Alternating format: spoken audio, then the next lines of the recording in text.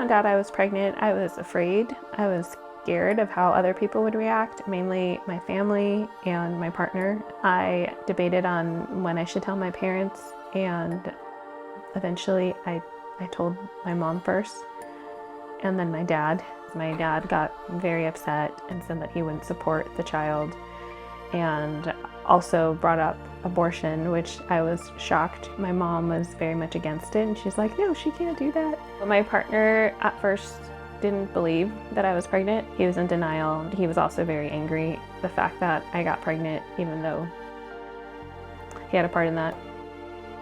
I searched for a pregnancy clinic nearby to confirm my pregnancy with him, having him go with me, but also because I was hoping that they would help us to carry on with having the child and that he would change his mind.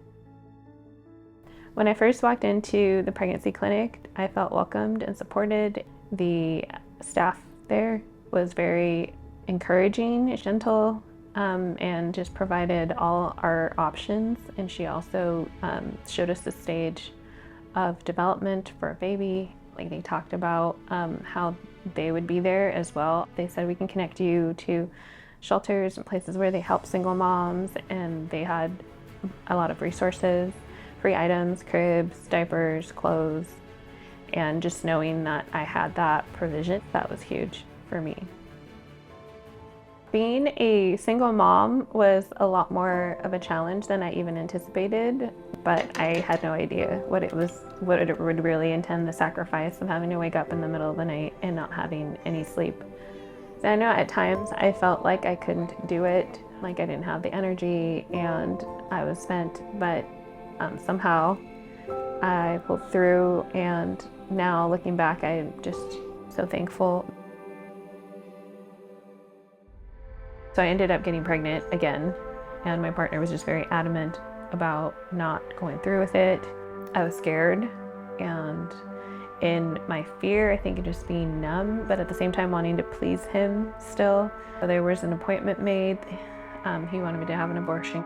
At the abortion clinic, they made it seem like it was nothing, like it was just like getting a tooth removed. That was one of the biggest regrets that I have, allowing his influence for me to go through with that.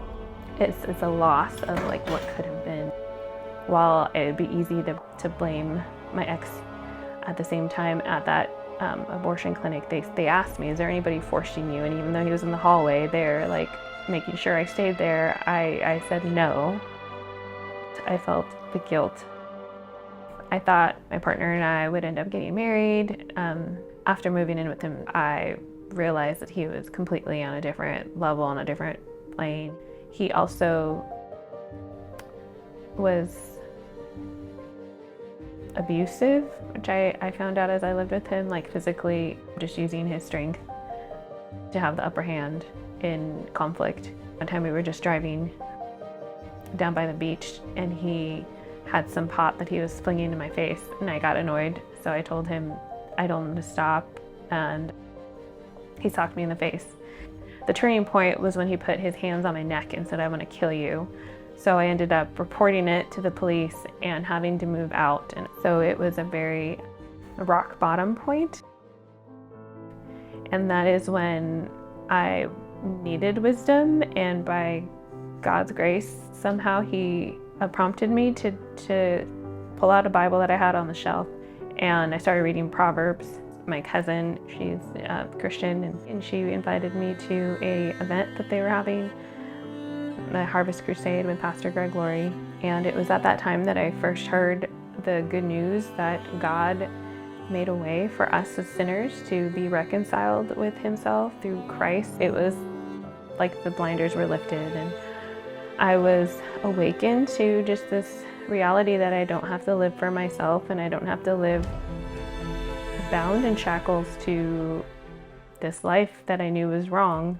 So once I decided to follow Christ, my life completely changed for the better, and I had a peace that I had wanted. The friend that I had made at the Open Arms clinic that I reconnected with, and she was able to now, as a Christian, talk to me about what it's like raising a child as a Christian parent. looking back, and just hard to imagine my life without my firstborn, my oldest son, Noah. He just graduated high school, and now I'm married and have other kids, and we've been through a lot, but through everything, God has been there, and I'm so thankful that He surrounded me with open arms and the support and the church, and I'm so grateful for that. So for anybody out there considering this decision, I would just encourage you to not be discouraged, because there's a lot of resources out there. Open Arms is there for you, and they will help you every step of the way.